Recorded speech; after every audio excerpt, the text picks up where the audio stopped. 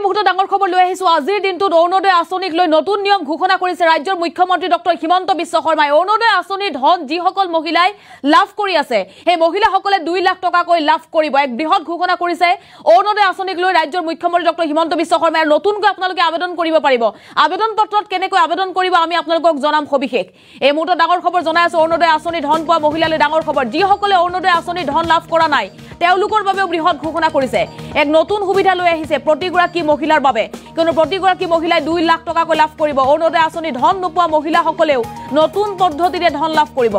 নতুনকৈ 3 লাখ মহিলাই আবেদন কৰিব পাৰিব অৰুণোদয় আঁচনিৰ বাবে আৰু ৰেচন কাৰ্ড থকা প্ৰতিগৰাকী মহিলাই কেইবাটাও সুবিধা লাভ কৰিব 7 লাখ টকা লাভ কৰিব ৰেচন কাৰ্ড থকা মহিলাই আমি জনাইছো ডাঙৰ খবৰ অৰুণোদয়ৰ ধন পোৱা মহিলাসকলে লাভ কৰিব আৰু দুখনকৈ আঁচনিৰ সুবিধা লাভ কৰিব প্ৰধানমন্ত্ৰী সুৰক্ষা বীমা যোজনা ইয়াৰ লগতে লাভ কৰিব প্ৰধানমন্ত্ৰী বীমা যোজনা দুখনকৈ আঁচনিৰ সুবিধা লাভ কৰিব লগতে অৰুণোদয় 2.0 ৰ বাবে 3800 কোটি টকা আবণ্টন দিয়া হৈছে বহুত ডাঙৰ খবৰ ৰাজ্যৰ যেহেতু লাখ লাখ মহিলাই অৰুণোদয় আঁচনিৰ ধন প্ৰতি মাহৰ 10 তাৰিখে লাভ কৰি আহিছে আৰু যদি আপুনি অৰুণোদয় আঁচনিৰ ধন লাভ কৰি আহিছে আপোনাৰ বাবে ডাঙৰ খবৰ কিয়নো অৰুণোদয় আঁচনি ৰাজ্য চৰকাৰে হাতত লৈ ৰাজ্যৰ মহিলাৰ বাবে বৃহৎ সুবিধা কৰি দিছিল আৰ্থিকভাৱে যাতে ৰাজ্যৰ মহিলা স্বাৱলম্বী হ'ব পাৰে তাৰ প্ৰতি লক্ষ্য ৰাখি 1250 টকাকৈ দিয়া হৈছিল 3000 টকালৈকে বৃদ্ধি হ'ব অৰুণোদয় আঁচনিৰ ধন এই ইয়াৰ পূৰ্বে ৰাজ্য চৰকাৰে এই কথা জনাইছিল যে 3000 টকালৈকে অৰুণোদয় আঁচনিৰ ধন ৰাজ্য চৰকাৰে বৃদ্ধি কৰিব আৰু যিসকল মহিলাই অৰুণোদয় আঁচনিৰ ধন লাভ কৰি আছে তেওঁলোকে 2 লাখ টকালৈকে লাভ কৰিব 2 লাখ টকালৈকে বীমা লাভ কৰিব বুলি জনাইছে দুখনকৈ আঁচনিৰ বীমা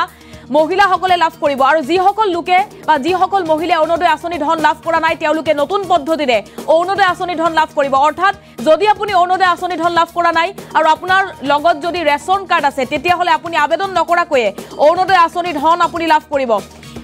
যেহেতু আজিৰ দিনটোত অৰুণোদয় আঁচনিৰ ধন লাভ নকৰা মহিলাৰ বাবে বৃহৎ ঘোষণা কৰিছে মুখ্যমন্ত্ৰী ডক্টৰ হিমন্ত বিশ্ব শৰ্মাই আৰু অৰুণোদয় আঁচনিৰ ধন পোৱা প্ৰতিগৰাকী মহিলাই 2 লাখ টকা লাভ কৰিব লগতে যদি আপুনি অৰুণোদয় আঁচনিৰ ধন লাভ কৰি আছে আৰু আপোনাৰ যদি ৰেচন কাৰ্ড আছে তেতিয়াহ'লে 7 লাখ টকালৈকে আপোনালোকে বীমা লাভ কৰিব পাৰিব কেইবাটাও সুবিধা দিয়া হৈছে প্ৰধানমন্ত্ৰী সুৰক্ষা বীমা যোজনাৰ আপোনালোকে লাভ কৰিব পাৰিব যদি আপুনি অৰুণোদয় আঁচনিৰ ধন লাভ কৰি আছে যেহেতু ৰাজ্যৰ লাখ লাখ মহিলাই অৰুণোদয় আঁচনিৰ ধন লাভ কৰি আছে আৰু সেই মহিলাসকললৈ নতুন নিয়ম জনাইছে ৰাজ্যৰ মুখ্যমন্ত্ৰী ডক্টৰ হিমন্ত বিশ্ব শৰ্মাই প্ৰতি বছৰে অৰুণোদয় আঁচনিৰ নিয়ম যেহেতু সলনি হোৱা বুলি জনাইছে আৰু অৰুণোদয় আঁচনিৰ ধন 1250 টকাৰ পৰা ৰাজ্য চৰকাৰে 3000 টকালৈকে বৃদ্ধি কৰিব আৰু ইতিমধ্যে ৰাজ্য চৰকাৰে এই ঘোষণা কৰিছিল যদি আপুনি অৰুণোদয় আঁচনিৰ ধন লাভ কৰি আহিছে আপোনাৰ বাবে ডাঙৰ খবৰ অৰুণোদয় আঁচনিৰ ধন বৃদ্ধি হোৱাৰ লগতে অৰুণোদয় আঁচনিৰ হিতাধিকাৰী যিসকল মহিলা ৰাজ্যৰ প্ৰতিগৰাকী মহিলাই 2 লাখ টকালৈকে লাভ কৰিব এই মুহূৰ্তত মুখ্যমন্ত্ৰী ডক্টৰ হিমন্ত বিশ্ব শৰ্মাৰ মন্তব্য আছে শুনক মন্তব্য সিদ্ধান্ত লৈছো যে আমাৰ যিসকলে অৰুণোদয় আঁচনি পাই আছে এইবাৰ বাজেটত আমি ঘোষণা কৰিছো যে আৰু 3 লাখ পৰিয়ালক আমি নতুনকৈ অৰুণোদয় দিম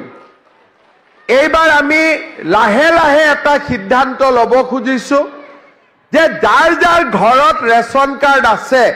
তেওঁলোককে যাতে আমি অৰুণোদয়টো লগত দিব পাৰো এই বিষয়ে চৰকাৰৰ ঘৰত চিন্তা চৰ্চা চলি আছে কিন্তু তাৰ লগত এইবাৰ আমি আৰু এটা সিদ্ধান্ত লৈছো যে ৰেচন কাৰ্ড বা যদি অৰুণোদয় থাকে তেওঁলোকৰ ঘৰবিলাকক প্ৰধানমন্ত্ৰীৰ ইনস্যুৰেন্স স্কিম যিটো আমাৰ সুৰক্ষা যোজনা আছে তাৰ লগতো আমি সংলগ্ন কৰি দিম যাতে এক্সিডেন্ট হলে মৃত্যু হলে বেমাৰ হলে 2 লাখ টকা পৰ্যন্ত আমি তাৰ পৰাও পাব পাৰো আমাৰ হেলথ কাৰ্ডটো আছে প্ৰধানমন্ত্ৰীৰ আয়ুষ্মান ভাৰত মুখ্যমন্ত্ৰীৰ আয়ুষ্মান ভাৰত কিন্তু ইনস্যুৰেন্স যদি আমি কৰি লওঁ তেতিয়াহ'লে আমি আৰু 2 লাখ টকা আমি বেমাৰৰ সময়ত এক্সিডেন্টৰ সময়ত মৃত্যুৰ সময়ত আমাৰ পৰিয়ালটোৱে পাব পাৰিব আৰু সেই কাৰণে মই আপোনালোকক অনুৰোধ কৰিম যে কিছুদিন পিছত আপোনালোকৰ তাত ইনস্যুৰেন্সৰ ফৰ্ম ফিল আপ কৰাৰ কাৰণে মানুহ যাব আপোনালোকে ফৰ্ম ফিল আপ কৰি দিব প্ৰিমিয়াম আপোনালোকে দিব নালাগে প্ৰিমিয়ামটো চৰকাৰৰ ঘৰৰ পৰা দিব আপোনালোকে মাত্ৰ সহিটো কৰি দিব লাগিব হ'ব নহয় আমাৰ যিসকলে অৰুণোদয় আঁচনি পাই আছে এইবাৰ বাজেটত আমি ঘোষণা কৰিছো যে আৰু 3 লাখ পৰিয়ালক আমি নতুনকৈ অৰুণোদয় দিম এইবাৰ আমি লাহে লাহে এটা সিদ্ধান্ত ল'ব খুজিছো যে যাৰ যাৰ ঘৰত ৰেচন কাৰ্ড আছে তেওঁলোককে যাতে আমি অৰুণোদয়টো লগত দিব পাৰো এই বিষয়ে চৰকাৰৰ ঘৰত চিন্তা চৰ্চা চলি আছে কিন্তু তাৰ লগত এইবাৰ আমি আৰু এটা সিদ্ধান্ত লৈছো যে ৰেচন কাৰ্ড বা যদি অৰুণোদয় থাকে তেওঁলোকৰ ঘৰবিলাকক প্ৰধানমন্ত্ৰীৰ ইন্সুৰেন্স স্কিম যিটো আমাৰ সুৰক্ষা যোজনা আছে তাৰ লগতো আমি সংলগ্ন কৰি দিম যাতে এক্সিডেন্ট আপোনালোকে শুনিছে মুখ্যমন্ত্ৰী ডক্টৰ হিমন্ত বিশ্ব শৰ্মাৰ মন্তব্য আজিৰ দিনটোত অৰুণোদয় আঁচনিৰ মহিলাসকলৰ বাবে কেতবোৰ নতুন নিয়ম জনাইছে মুখ্যমন্ত্ৰী ডক্টৰ হিমন্ত বিশ্ব শৰ্মাই আৰু যিসকল মহিলাই অৰুণোদয় আঁচনিৰ ধন লাভ কৰা নাছিল সেই মহিলাসকলৰ বাবেও জনাইছে যে তেওঁলোকে নতুন পদ্ধতিৰ অৰ্থাৎ ৰেচন কাৰ্ড থাকিলে অৰুণোদয় আঁচনিৰ ধন লাভ কৰিব এই মুহূৰ্তত আমি আপোনালোকক দেখুৱাবলৈ চেষ্টা কৰিছো এইখন অৰুণোদয় আঁচনিৰ ফৰ্ম যদি আপুনি অৰুণোদয় আঁচনিৰ বাবে আবেদন কৰিব বিচাৰিছে এইখন হৈছে আবেদন পত্ৰ আৰু কেনেকৈ আবেদন কৰিব এই মুহূৰ্তত আমি আপোনালোকক জনাম যেহেতু বহু তথ্য পাতি আপোনালোকে সন্নিবিষ্ট কৰিব লাগিব আৰু এইখন আবেদন পত্ৰ প্ৰথমতে আপোনালোকে ইয়াত উল্লেখ কৰা হৈছে আবেদন নং প্ৰথমতে আবেদন নং ইয়াত আপোনালোকে উল্লেখ কৰিব লাগিব দ্বিতীয়তে আছে জিলা জিলা বাছনি কৰিব লাগিব অৰ্থাৎ কোনখন জিলাৰ আপুনি বাসিন্দা ইয়াত আপুনি জিলাৰ নামটো লিখি দিব লাগিব তাৰ পাছত আপুনি বাছনি কৰিব লাগিব নগৰত বসবাস কৰে নে গাঁও অঞ্চলত বসবাস কৰে যদি আপুনি নগৰত বসবাস কৰে তেতিয়া হলে নগৰত আৰবানত টিক মাৰ্ক কৰিব আৰু যদি গাঁৱত বসবাস কৰে তেতিয়া হলে ৰুৰালত টিক মাৰ্ক আপুনি কৰিব লাগিব আৰু ডেট অৰ্থাৎ যি তাৰিখে আপুনি আবেদন পত্ৰখন জমা দিয়ে সেই তাৰ তাৰিখ আপুনি ইয়াত লিখিব লাগিব তাৰ পাছতে আছে আবেদনকাৰীৰ বিৱৰণ ইয়াত উল্লেখ কৰা হৈছে আবেদনকাৰীৰ বিৱৰণ তাৰ পাছতে ঠিকনাৰ বিৱৰণ বুলি ইয়াত উল্লেখ কৰা হৈছে আবেদনকাৰীৰ বিৱৰণৰ ঠিকনাৰ বিৱৰণৰ তলতে উল্লেখ কৰা হৈছে খণ্ডৰ নাম নগৰ স্থানীয় সংস্থা খণ্ডৰ নাম আপুনি লিখিব লাগিব অৰ্থাৎ ব্লকৰ নাম আপুনি কোনটো ব্লকৰ ভিতৰত পৰে আপুনি ব্লকৰ নাম ইয়াত লিখিব লাগিব তাৰ পাছত নগৰ স্থানীয় সংস্থা যদি আপুনি আছে তেতিয়া হলে আপুনি ইয়াত উল্লেখ কৰিব লাগিব তাৰ পাছতে গাঁও পঞ্চায়ত আৰু নগৰৰ নাম আপুনি ইয়াত লিখিলে সকলো ব্লক লেটাৰত আপোনালোকে ফিল আপ কৰিব লাগিব তাৰ পাছতে গাঁৱৰ নাম আৰু ওয়াৰ্ড নং ইয়াত আপোনালোকে উল্লেখ কৰিব লাগিব তাৰ পাছতে লোকেলিটি ইন টাউন বুলি উল্লেখ কৰা হৈছে অৰ্থাৎ বাস কৰা নগৰ অঞ্চলৰ নাম আপুনি ইয়াত উল্লেখ কৰিলে ক'ত বাস কৰে আপোনাৰ অঞ্চলৰ নাম ইয়াত উল্লেখ কৰিলে তাৰ পাছতে আছে এপ্লিকেণ্ট ফাৰ্ষ্ট নেম অৰ্থাৎ আবেদনকাৰীৰ নামৰ প্ৰথম অংশ আপোনাৰ নাম ইয়াত উল্লেখ কৰিব লাগিব আপুনি যদি আবেদনকাৰী যেহেতু আবেদনকাৰী মহিলাই হ'ব আৰু প্ৰতিগৰাকী মহিলাকে যেহেতু অৰুণোদয় আঁচনি ধন দিয়াৰ কথা ঘোষণা কৰিছিল প্ৰতি মাহে ৩৩,৩৩৩ টকা যদি আপোনাৰ উপাৰ্জন তেতিয়া হলে অৰুণোদয় আঁচনি ধন আপুনি লাভ কৰিব আৰু আবেদনকাৰীৰ নাম ইয়াতে আপোনালোকে লিখিলে নামৰ মধ্যম অংশ যদি আপোনাৰ নামত মধ্যম অংশ আছে তেতিয়া হলে ইয়াত উল্লেখ কৰিলে আৰু নাই যদি নালাগে লাষ্ট নেম অৰ্থাৎ আপোনাৰ টাইটেলটো ইয়াত আপুনি উল্লেখ কৰিব লাগিব তাৰ পাছতে আছে লিংগ পুৰুষ মহিলা যেহেতু মহিলাই অৰুণোদয় আঁচনিৰ ধন লাভ কৰে গতিকে মহিলা টিক মাৰ্ক কৰিব আৰু তাৰ পাছতেই ইয়াতে আপোনালোকে লিখিব লাগিব আপোনাৰ বয়স ইয়াত উল্লেখ কৰিলে তাৰ পাছত হাউস নম্বৰ আপুনি ইয়াত উল্লেখ কৰিলে লোকেলিটি অৰ্থাৎ বসতি স্থান আপুনি ইয়াত উল্লেখ কৰিলে থানা উল্লেখ কৰিলে কোনখন থানাৰ অন্তৰ্গত আপুনি ইয়াত উল্লেখ কৰিলে কন্টেক্ট নাম্বাৰ যেটো এক্টিভ মোবাইল নম্বৰ যেটো মোবাইল নম্বৰ আপোনালোকে ব্যৱহাৰ কৰিছে এই mobile number active mobile number ইয়াত উল্লেখ কৰিব লাগিব ষ্ট্ৰীট অৰ্থাৎ পথৰ নাম কোনটো পথত আপুনি বসবাস কৰে পথৰ নামৰ সবিশেষ ইয়াত আপুনি লিখিলে আৰু পিন নম্বৰ আপুনি লিখিলে তাৰ পাছৰ আমি অংশটো দেখাবলৈ চেষ্টা কৰিম ফ্যামিলি ডিটেইলছ বুলি পিছৰ অংশটোত উল্লেখ কৰা হৈছে ফ্যামিলি ডিটেইলছত প্ৰথমতে ক্ৰমিক নং ইয়াত উল্লেখ কৰিছে নাম অৰ্থাৎ পৰিয়ালৰ কেইজন সদস্য আছে সকলোৰে নাম ইয়াত উল্লেখ কৰিব লাগিব যেটো পৰিয়ালৰ মহিলাক এগৰাকী মহিলাকে দিয়া হয় অৰুণোদয় আঁচনিৰ ধন গতিকে আপুনি আপোনাৰ পৰিয়ালৰ সকলোৰে নাম ইয়াত উল্লেখ কৰিলে য'ত নেম বুলি উল্লেখ কৰা হৈছে তাৰ পাছত প্ৰতিগৰাকী সদস্যৰ বিপৰীতে ইয়াত আপুনি বয়সটো লিখি যাব লাগিব এজ বুলি ইয়াত উল্লেখ কৰা হৈছে বয়সটো লিখিলে জেন্ডাৰটো আপুনি ইয়াত লিখিলে তাৰ পাছত সম্পৰ্ক কি আপোনাৰ ইয়াত উল্লেখ কৰিব লাগিব তাৰ পাছতে এনেকৈ আপুনি লিখিলে সকলোৰে প্ৰমুখ্য স্থিতি নথি পত্ৰ প্ৰমাণ পত্ৰ বুলি উল্লেখ কৰা হৈছে ইয়াত আপুনি বাছনি কৰিলে তাৰ পাছত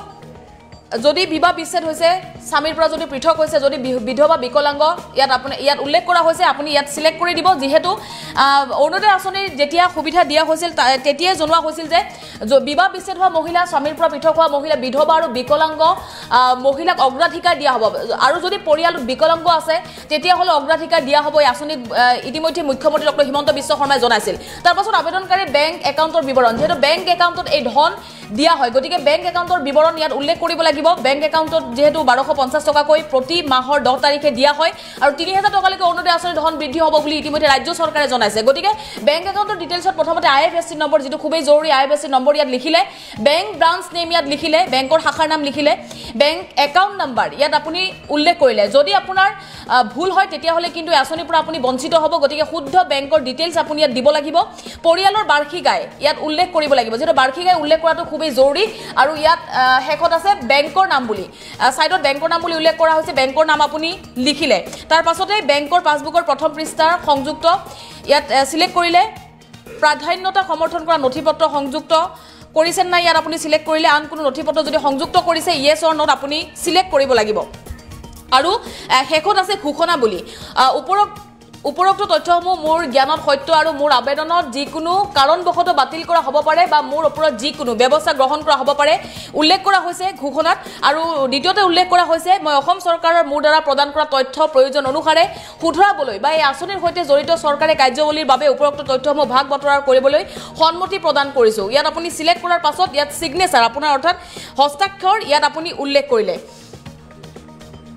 আৰু এনেদৰে কাৰ্যালয়ৰ ব্যৱহাৰৰ বাবে এইখিনি আপোনালোকৰ বাবে নহয় কাৰ্যালয়ৰ ব্যৱহাৰৰ বাবে আৰু এইখনে হৈছে অৰুণোদয় আঁচনিৰ আবেদন পত্ৰ আৰু যদি আপুনি এতিয়ালৈকে অৰুণোদয় আঁচনিৰ বাবে আবেদন কৰা নাই আবেদন কৰিব পাৰিব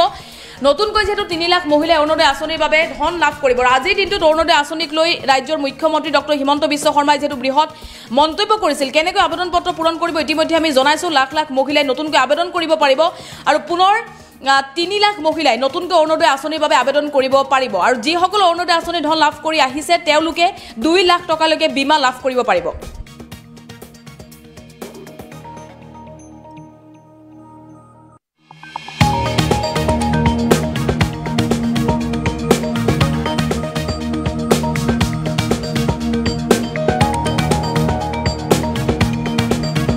আপোনালোকে ফৰ্ম ফিল আপ কৰি দিব আমাৰ যিসকলে অৰুণোদয় আঁচনি পাই আছে এইবাৰ বাজেটত আমি ঘোষণা কৰিছো যে আৰু 3 লাখ পৰিয়ালক আমি নতুনকৈ অৰুণোদয় দিম এইবাৰ আমি লাহে লাহে এটা সিদ্ধান্ত ল'ব খুজিছো যে যাৰ যাৰ ঘৰত ৰেচন কাৰ্ড আছে তেওঁলোককে যাতে আমি অৰুণোদয়টো লগত দিব পাৰো এই বিষয়ে চৰকাৰৰ ঘৰত চিন্তা চৰ্চা চলি আছে কিন্তু তাৰ লগত এইবাৰ আমি আৰু এটা সিদ্ধান্ত লৈছো যে ৰেচন কাৰ্ড বা যদি অৰুণোদয় থাকে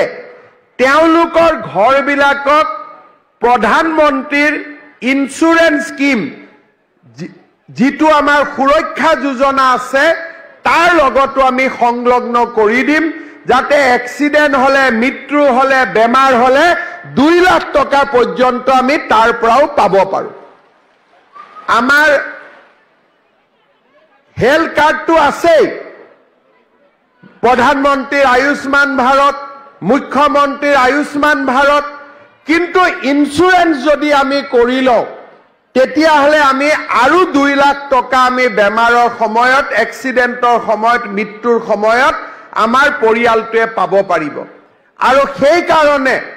মই আপোনালোকক অনুৰোধ কৰিম যে কিছুদিন পিছত আপোনালোকৰ তাত ইনস্যুৰেন্সৰ ফৰ্ম ফিল আপ কৰাৰ কাৰণে মানুহ যাব আপোনালোকে ফৰ্ম ফিল আপ কৰি দিব প্ৰিমিয়াম আপোনালোকে দিব নালাগে প্ৰিমিয়ামটো চৰকাৰৰ ঘৰৰ